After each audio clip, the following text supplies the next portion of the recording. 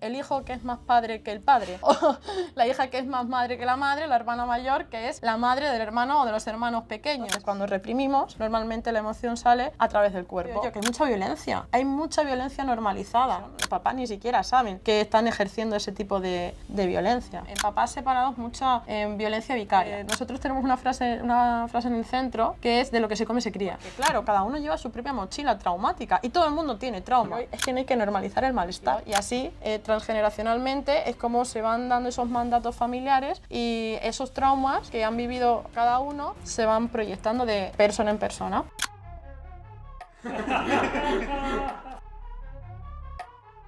¿Cuál es tu propósito vital? Que es súper importante, ¿no? Y mi propósito vital es... Bienvenidos a una nueva entrevista.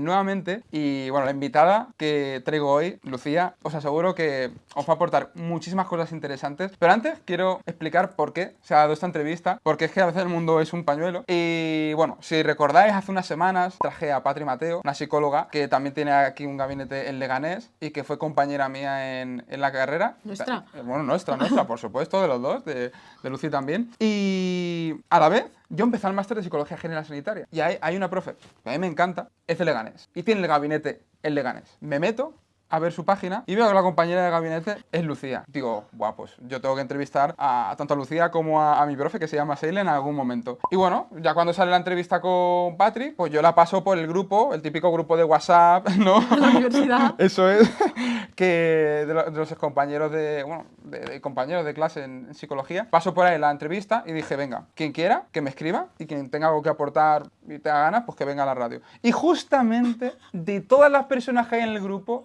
la única que me escribió fue Lucía, que casualmente pues es la compañera de mi profe. Entonces, pues yo dije, esto es una señal muy clara de que Lucía tiene que venir aquí, y aquí está Lucía. Lucía, bienvenida. Muchas gracias, Sergio. Muchas gracias por darnos la oportunidad. Efectivamente, bueno, soy psicóloga general sanitaria, estudié efectivamente contigo psicología en la Rey Juan Carlos, terminé el máster general sanitario hace 4 años, llevo ejerciendo 4 años, me especialicé en terapia de familia, en trauma, también trabajo con población infanto-juvenil, en investigación también, soy casi doctora, espero ya ser doctora en breve.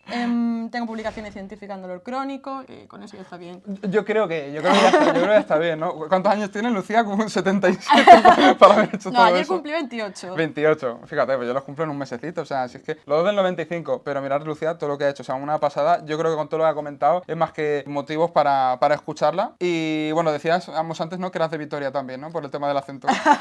Bueno, quiero hacer una aclaración, y es que si no se me entiende bien, lo siento mucho, pero soy de Cáceres profundo, de un pueblo de Cáceres, y a veces el acento se distorsiona. Y orgullosa, ¿eh? Muy orgullosa. Y a mí el acento, igual que en Andalucía, Canarias, me encanta. Tenéis que estar orgulloso de ese pedazo de acento. Ah, siempre, por supuesto. Vamos, faltaría más. Pues bueno, vamos a entrar en materia, que como yo siempre digo, a mí me gusta exprimir aquí cuando viene un invitado. Y quería empezar preguntándote, Lucy, por pues una de tus especialidades, digamos, a nivel de psicología, de psicoterapia, que es la terapia familiar sistémica. Así que si quieres dar unas pinceladas generales en qué consiste esta metodología y después comentar cuáles son, digamos, los problemas en la actualidad que más se dan en las familias, porque, bueno, creo que todos los tenemos, pero seguramente hay algunos que se repiten más que otros o que son más graves. Que vamos a por ello. Bueno, la terapia familiar sistémica es un enfoque terapéutico, es decir, es una forma de hacer terapia en donde básicamente la persona que viene no solo se ve como una persona con sus problemas, sino que se le ve dentro de un sistema social. Es decir, se tiene en cuenta su cultura, se tiene en cuenta sus relaciones sociales y sobre todo, por eso se llama familiar, se tiene en cuenta su sistema familiar. Es decir, desde aquí se entiende que los problemas que pueda traer esta persona, ya sea ansiedad, depresión, con la conducta alimentaria, tienen que ver con la dinámica familiar, es decir, con problemas familiares que están surgiendo. ¿Qué es lo que más se ve? Bueno, se ve de todo. En la viña del Señor hay de todo, ¿no? Pero principalmente lo que nos encontramos son dificultades que tienen que ver con familias que se llaman en psicología aglutinadas, ¿vale? Porque son familias que sus límites, entre ellos no hay límites, ¿no? Todo es de todo, uno para todos y todos para uno, no se da lugar al proceso de ser persona, ¿no? Entonces el problema que hay es como, claro, es que a mi madre le preocupa esto y a mí también me tiene que preocupar esto. Es que, claro, mi madre me cuenta sobre mi padre, que ellos están mal, ¿no? Y entonces como que eso genera un montón de ansiedad y genera como una hiperpreocupación en la persona que no sabe cómo resolver por dos cuestiones fundamentales. La primera, porque no tiene control sobre ello, no puede influir sobre la otra persona, y segundo, porque no es su responsabilidad. Eso es una. Otra de los problemas que nos encontramos es la inversión de roles. El hijo que es más padre que el padre, o la hija que es más madre que la madre, la hermana mayor que es la madre del hermano o de los hermanos pequeños. Eso causa un montón de desorganización. Y a nivel estructural, claro, cuando yo les explico que es algo como muy lógico, ¿no? Aquí arriba están los padres, aquí abajo estáis vosotros, y tú estás aquí arribísima y tus padres están aquí. Claro, se quedan como, anda, claro, si eso es lo que me pasa. Claro, pues eso tan simple, luego se normaliza mucho la desorganización y causa, pues, de nuevo, un montón de problemas. O sea, podemos decir que las personas que van a terapia contigo acuden porque normalmente, en este caso, en este tipo de familias que has comentado, quizás más aglutinadas,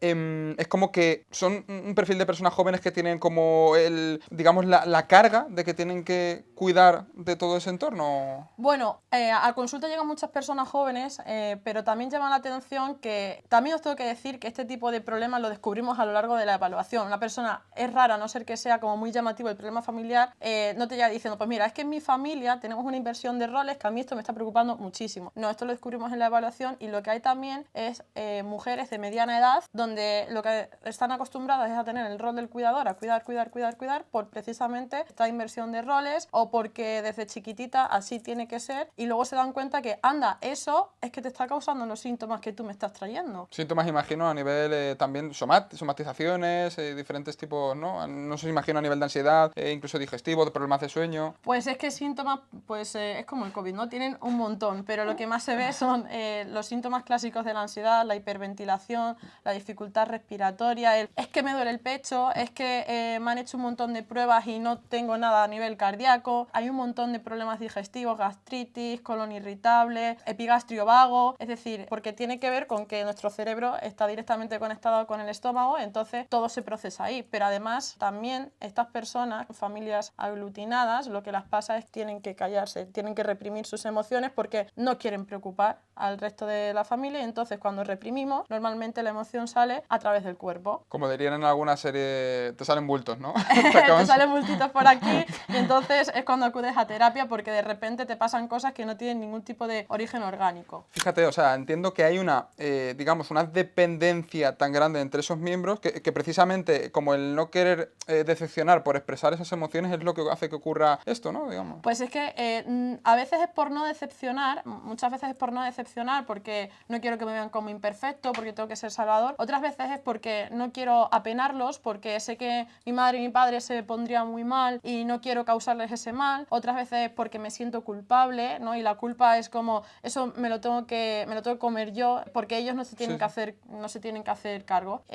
También por el miedo a que no me comprendan, que no me entiendan, que no sepan qué hacer con ello. Y aparte de ese tipo de familias que has comentado, en este caso aglutinadas, más denominado, ¿qué más tipos se pueden dar o suelen aparecer en consulta, o es este el predominante? Para mí este es principalmente el predominante y desde luego el que más dificultades tiene, ¿vale? Luego también hay otro tipo de familia disfuncional, que son las familias desligadas, que son familias que son justo al contrario, son familias que, digamos, que no tienen ese sentido de pertenencia entre la familia, que sobre todo se da importancia más al círculo social, pero no hacen actividades en conjuntos, no cuentan los unos con los otros, entre ellos hay límites como muy rígidos, no saben de la vida de unos y de otros. Lo que pasa, la diferencia, y porque yo creo que no vienen a consulta básicamente, o yo no me lo encuentro tanto, ojo, vale, es porque al final las familias desligadas hay muchísima libertad, ¿no? Como que cada uno hace lo que quiere y uno ha aprendido a ser como muy autosuficiente, y bueno, no tienen ese problema que sí tienen los que vienen de familias aglutinadas, donde me decía esta mañana una paciente que me siento como en una jaula, ¿no? No tengo como salida. Entonces, al final,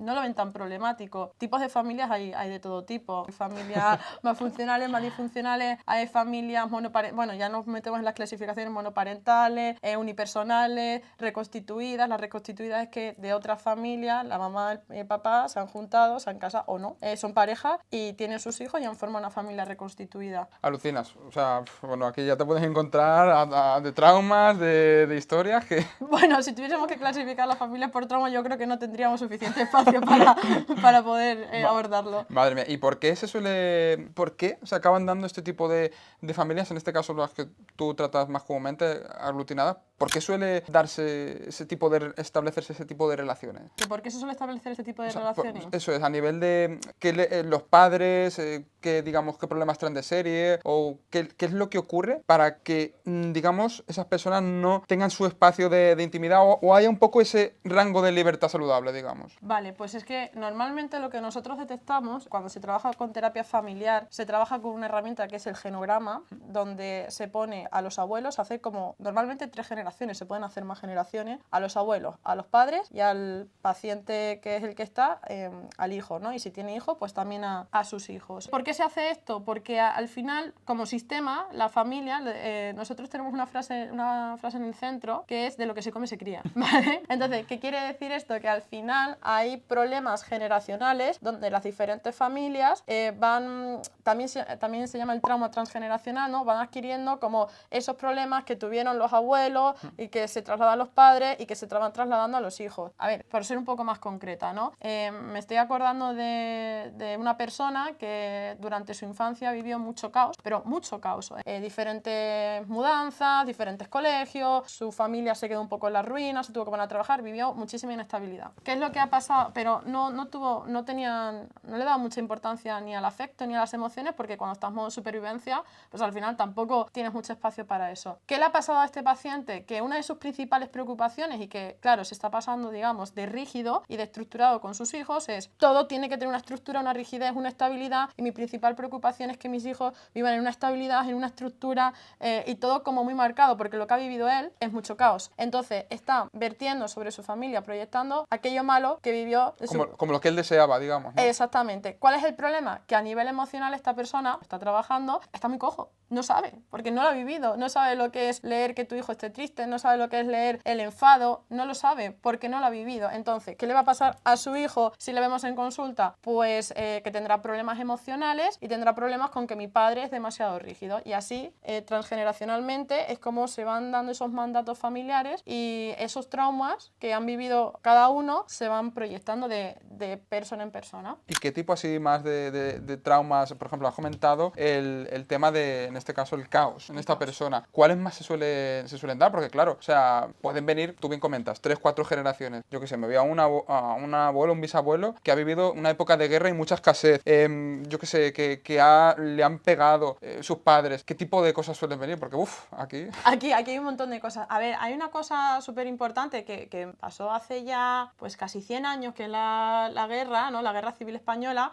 que parece como muy de antaño, pero eso sin querer sigue afectando. Porque efectivamente, si tiramos de generaciones hacia atrás, lo que nos acabamos encontrando es que, claro, mi abuelo, mi bisabuelo era muy pobre, a él le hicieron, barrabasadas, y entonces, claro, él eso no lo ha repetido con mi padre, pero mi padre tiene otras deficiencias, ¿no? Que me ha dado a mí. ¿Qué es lo que más hay? ¿Qué es lo que más problema veo yo? Que hay mucha violencia. Hay mucha violencia normalizada.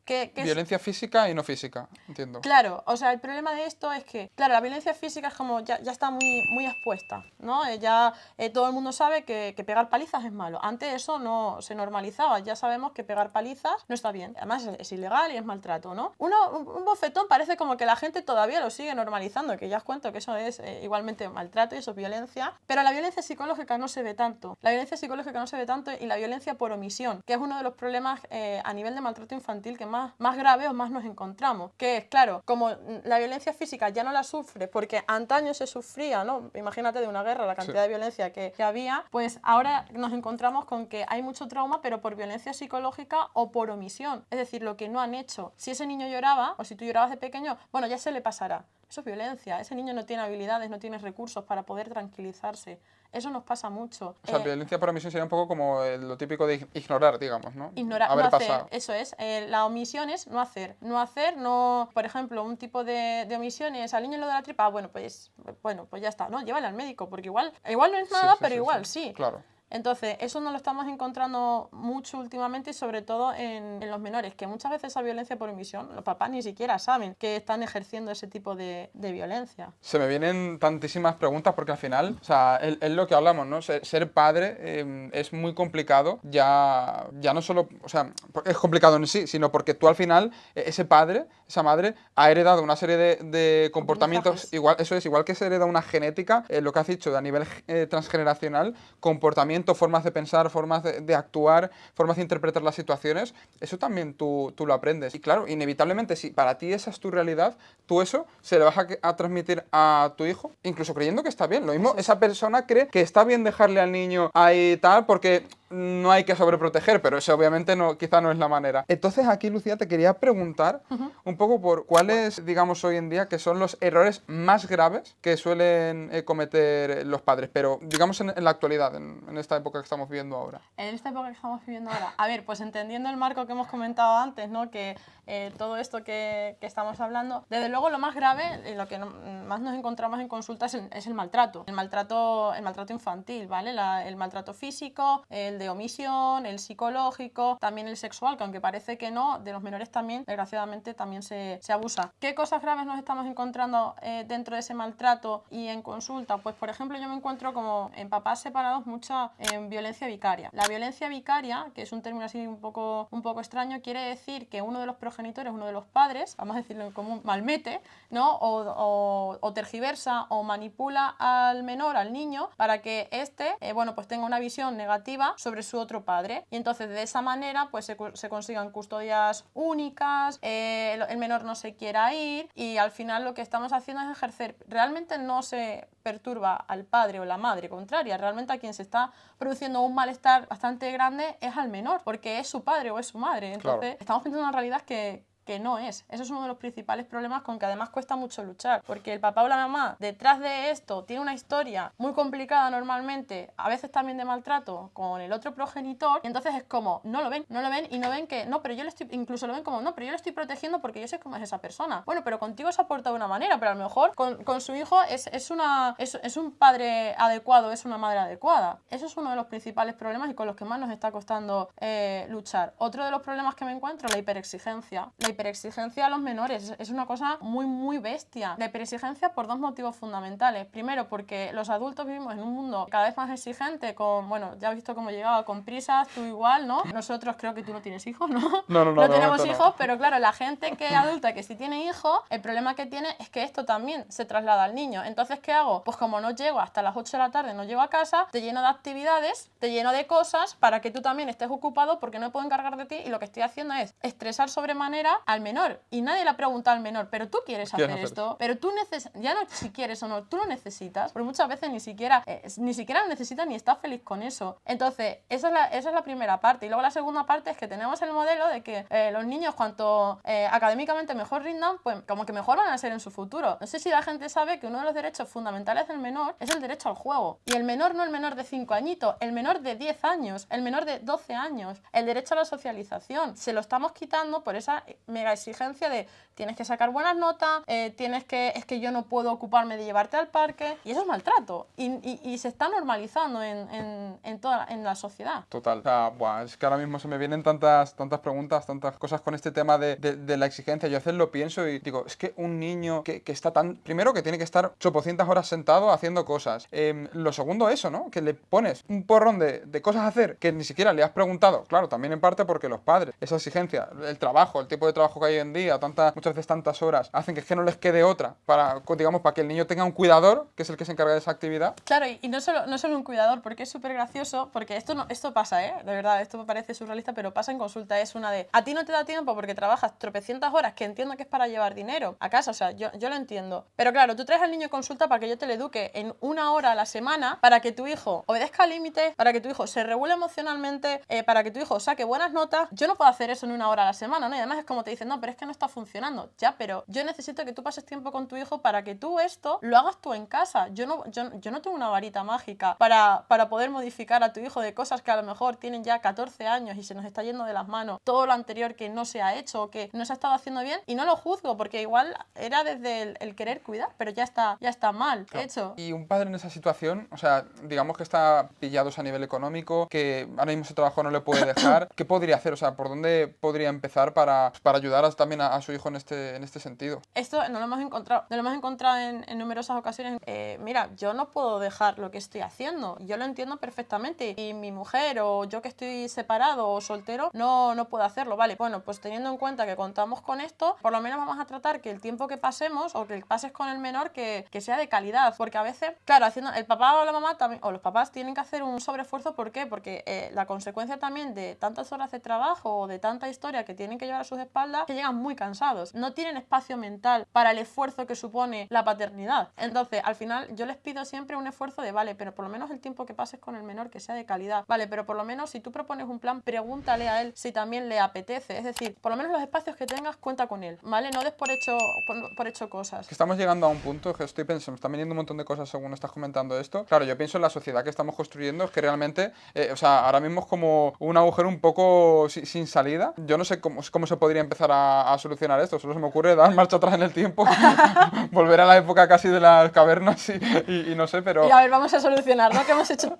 tan mal. Vamos a empezar. No, yo imagino que de todo esto sacaremos aprendizajes, pero, joder, ahora mismo es una situación muy chunga. O sea, ¿qué cambio harías así a nivel genérico? Vale, pues es que lo que hacemos también con los padres, que no lo he dicho antes, es, vale, también te tienes que poner en terapia porque tienes que aprender a cuidarte, porque el modelo que le estás dando a tu hijo no es de cuidado. Entonces, tienes que aprender a cuidarte y es importante que esto lo sepas, o a lo mejor yo como trabajo a nivel familiar no les pongo con otro terapeuta, no les recomiendo una terapia individual, pero sí trabajan conmigo. Es importante que aprendas a cuidarte. Eso es uno. ¿Qué es lo que creo yo? No hay una solución mágica ni universal, eso está claro, pero sí que es verdad que ahí hay que desmontar muchas cosas. Hay que desmontar mucho mandato social, hay que desmontar el no por producir más eres más válido, no por tener un trabajo más estresante, más alto eres mejor. ¿En qué consiste la felicidad? Si consiste en tener, bueno, pues un viaje en marco en tu Ferrari, ¿en qué consiste? Hay que desmontar muchas cosas que están muy distorsionadas, por así decirlo, en la realidad, y desde luego hay una cuestión educacional, y es que yo de verdad me quejo mucho y sé que es una queja pública. Yo no sé hacer raíces cuadradas, y mira que me las metieron a piñón. No sé, yo no me acuerdo de cómo se hacía la sintaxis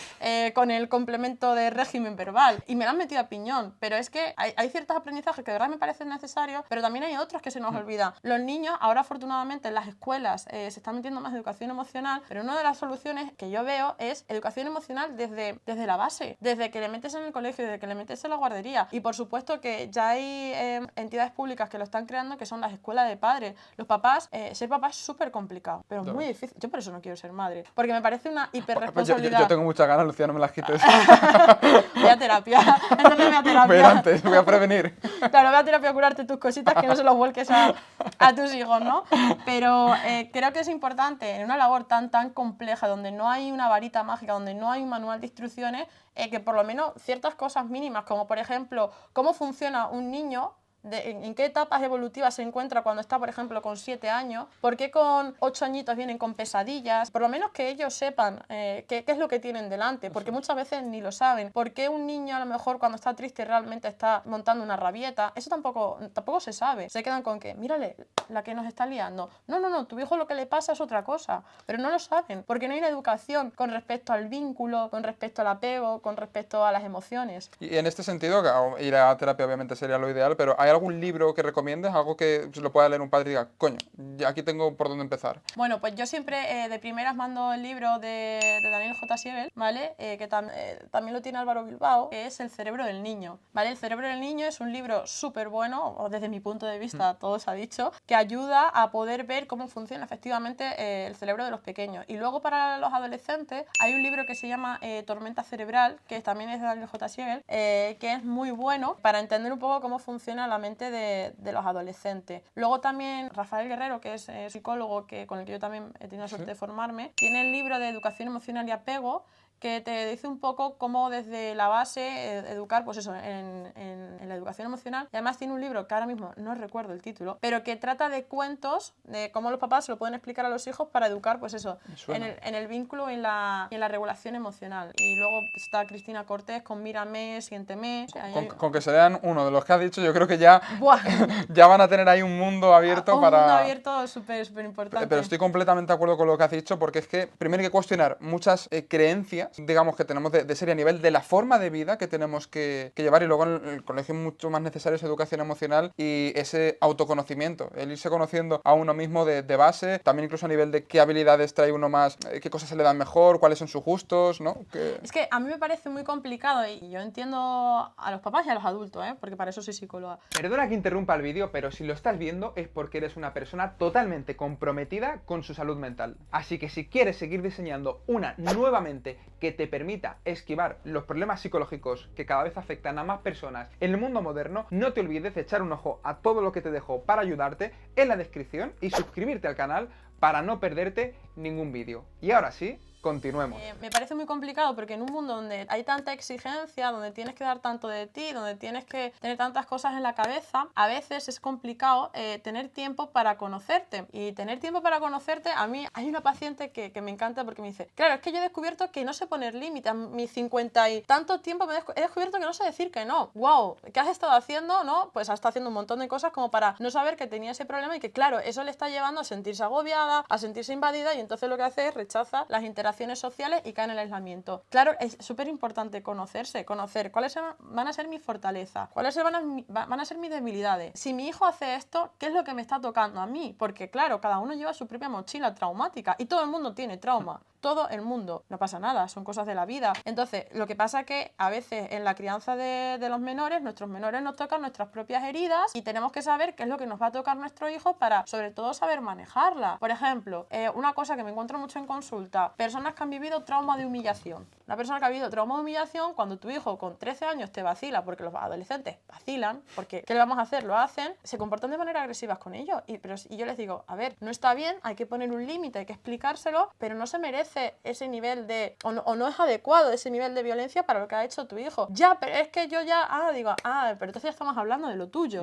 Entonces tu hijo lo que ha hecho es clean en tu herida del pasado y eso es lo que te está saltando. Y eso la gente no lo sabe. Eso la gente no lo sabe porque no se conoce, porque no sabe qué es lo que le ha pasado, no conecta su historia de vida con el presente y con el futuro. Buah, cenas. O sea, yo creo que de primera los padres, después la pareja y después el hijo son los tres maestros para conocerte a ti mismo si analizas cuáles han sido los conflictos más habituales y más repetidos con ellos, ¿no? Yo creo que indagar en eso es la clave para irte dando cuenta de qué cosas realmente tienes como, digamos, entre comillas, que sanar de tu infancia o de adolescencia. Al final son las relaciones interpersonales. Sí. Las relaciones interpersonales nos hacen ver un poco qué es lo que nos ha pasado en nuestra vida que nos ha hecho sentirnos dolidos. Por ejemplo, cuando tú sufres mucho trauma de rechazo en la etapa adulta, ¿no? Esto me ha pasado. Una paciente profe. Pues hay niños que no les gusta su profe. Pues ¿qué le vamos a hacer? Pues al niño no le gustas, ¿no? Yo creo que es una cosa igual que no podemos gustarle a todo el mundo. Pero claro, busca gustar a todo el mundo y busca gustar a toda la clase y no es su pareja, no es su marido, no es su hijo, no es su amigo, pero es su trabajo y entonces como ha habido trauma de rechazo le está doliendo muchísimo eso de ese niño, profe, pues no me caes bien, ¿no? Que a lo mejor es algo... El niño hace de espejo, ¿no? Claro, las relaciones interpersonales en general, las interacciones hacen de espejo. Sí. Muchas veces lo que pasa es que nos quedamos con el, esto me hace sentir mal, tengo que, y no te paras a pensar de, pero ¿por qué? Hay que pensar en el por qué. ¿Por qué me pasa lo que me pasa? ¿Por qué siento lo que siento? Además, una cosa que quería decir hoy es que no hay que normalizar el malestar. La gente normaliza esto me hace sentir mal, bueno, pues ya me sentiré bien. No. Si hay algo que te hace sentir mal, es que algo está pasando. Totalmente. Y la gente no se pregunta el por qué y no va a la terapia. Pero vivimos en esa rueda de la rata y en la época de los parches, como yo llamo, que sea la comida, sea lo que sea, lo usas para silenciar por un momento y luego... Bueno, claro, y esto es súper cómodo porque eso también motiva evidentemente la comida rápida, eso, el consumo de sustancias, el consumo de alcohol, es muy preocupante. Adicciones en general, el consumo, digamos, ¿no?, de sustancias. Bueno, pero y adicciones que tienen que ver con las redes sociales. Sí, eso es. Las compras compulsivas,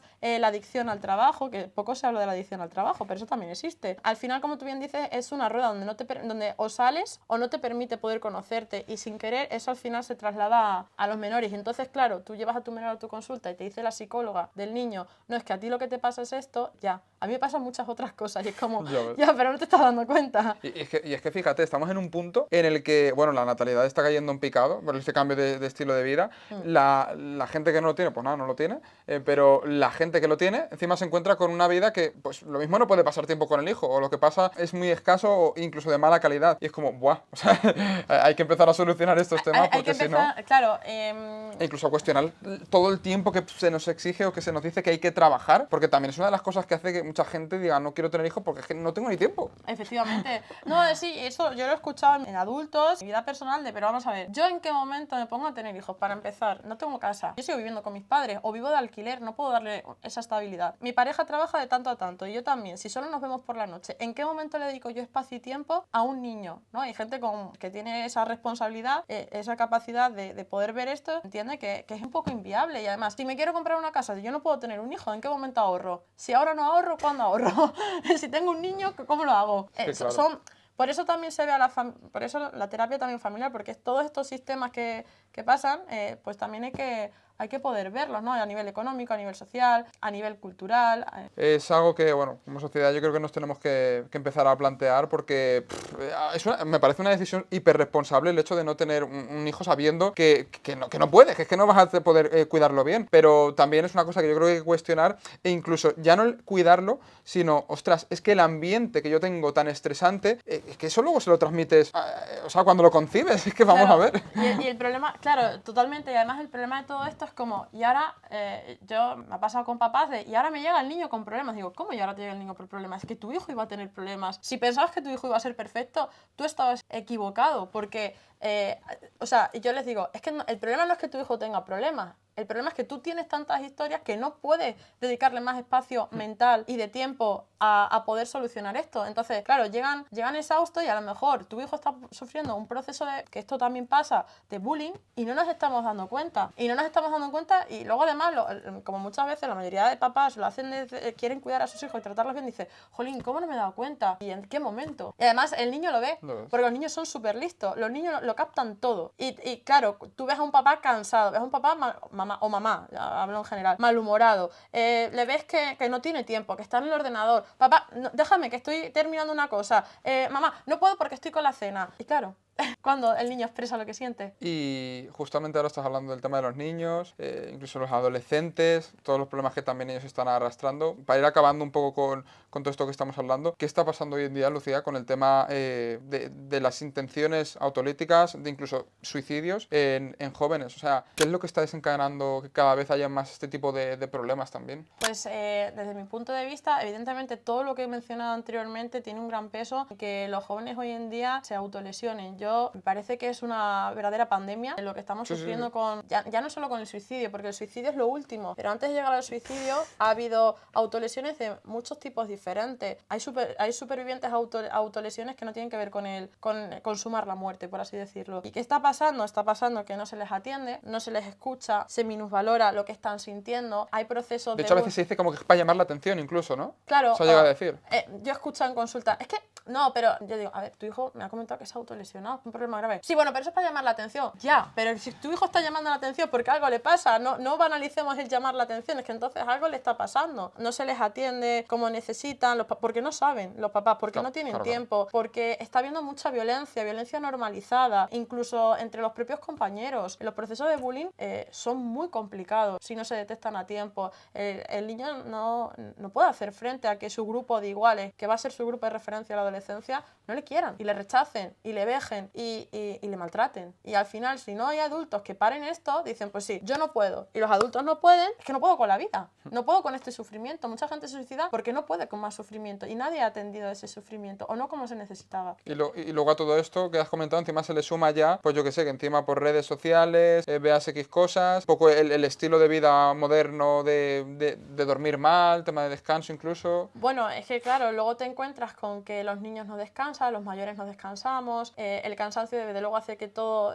se magnifique mucho más, que sientas que no puedes con la vida y evidentemente, claro, si tú también tienes un proceso interno de mucho sufrimiento, tampoco vas a poder descansar en condiciones porque no vas a poder dormir bien. Entonces, claro, es una bola. Y desde luego las redes sociales en este sentido han hecho mucho bien, pero aquí han hecho mucho mal, porque tampoco hay una enseñanza de, no, las redes sociales se utilizan para esto. Eso es. Se han creado una serie de tecnologías y dices, toma, úsalas. Con todo lo malo y todo lo bueno que pueden tener, pero el potencial malo, como yo digo, es que es muy, muy grande. Es como al final si le das un cuchillo a un niño de 2 años, que sí, te va a pelar una manzana, podría pelarla, pero va a hacerlo. A ver qué es lo que sucede, claro, no puedes, toma, con 8, o sea, yo he visto a niños que a mí me parece horrible, con 8 años con un iPhone 14. ¿Qué le estamos enseñando? Está reventando el cerebro ya.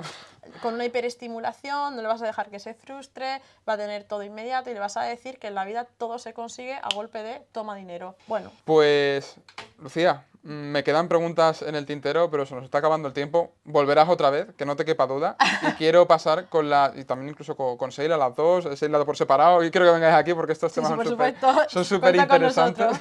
Y quiero pasar con las preguntas finales, que siempre le hago a todos los invitados, un poco también para mostrar nuestras vulnerabilidades, porque, oye, sea psicóloga o no, todos tenemos nuestras movidas. Y vamos a empezar con la primera de ellas, que es, ¿cuál ha sido el miedo que más te ha costado afrontar, pero que has conseguido superar? Bueno, pues gracias a ir a psicoterapia, lo vuelvo a recalcar. Que quede claro. Que quede claro, es importante. Uno de los mayores miedos, que parece una chorrada, pero yo siempre he tenido mucho miedo a no ser perfecta, a no poder ser perfecta, a no llegar a los estudios que quería, a poder cometer este error que a saber lo que me va a llevar. Y afortunadamente, gracias a mi psicóloga,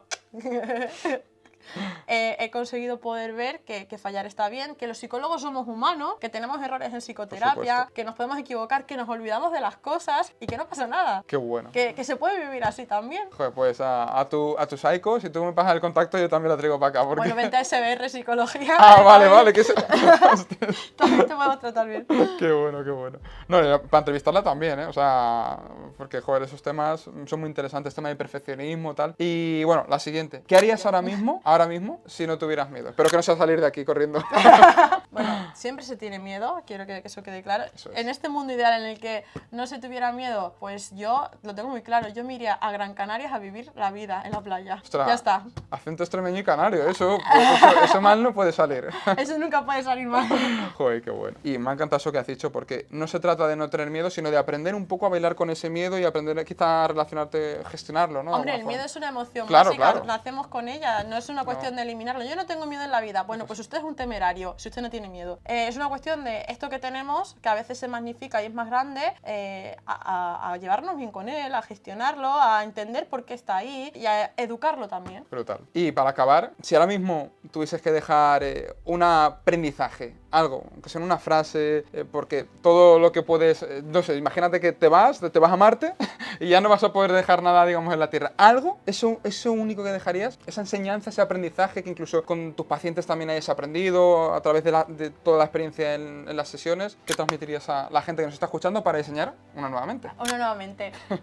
Bueno, yo creo que es súper importante aprender a vivir y no a sobrevivir, poder hacer ese matiz. Sobrevivir significa vivir con malestar. Hay a veces que no se puede por condiciones de la vida, entonces vamos a aprender a poder ver qué es lo que nos hace sentir mal, que no nos está pudiendo poder hacer una vida con calidad, una vida plena, una vida conectada con nosotros, una vida en la que nos podamos querer. ¿Qué está pasando ahí para poder solucionarlo? Porque al final vienen muchos problemas, viene Hacienda, vienen enfermedades, vienen muertes, vienen un montón de cosas y viene una ansiedad, una depresión, vienen un montón de cosas y vaya, te has dado cuenta de que no has podido disfrutar la vida porque has estado pendiente de gustar a la gente, de trabajar 15 horas, de cuidar a no sé quién y no has vivido realmente. Muchas veces se nos olvida que lo único que nos exige la vida es vivir y estamos en ese modo de supervivencia. Pues bueno, Lucía, ya hemos llegado al final.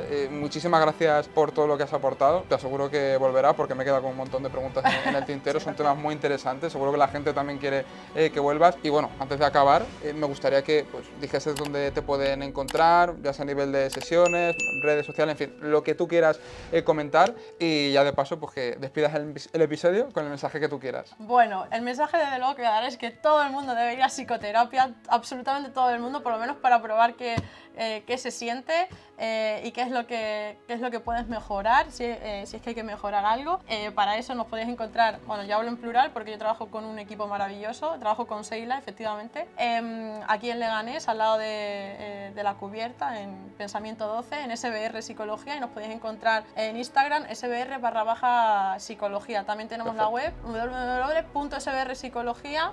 Pues no me acuerdo si es .com o .es. Bueno, poniendo eso sale. Poniendo eso en Google, googleas SBR Psicologías y ya está, ¿vale? Pues, muchas gracias, Sergio, por contar con nosotras. Desde luego estaremos encantadas de volver, tanto Seila como yo. Y que espero que por lo menos este ratito haya servido para poder reflexionar y poder ver algo diferente a lo que estamos acostumbrados a nuestro piloto automático. Pues Lucía, muchísimas gracias y la semana que viene... mejor no lo sé, pero por lo menos igual seguro. Así que muchísimas gracias y nos vemos. Muchas gracias. Muchísimas gracias por llegar hasta el final del vídeo, espero que te haya aportado un montón. Si quieres más, recuerda que aquí te dejo un vídeo y una lista de reproducción para que puedas seguir aprendiendo acerca de cositas relacionadas con las que acabas de ver en este mismo vídeo. Un abrazo súper grande.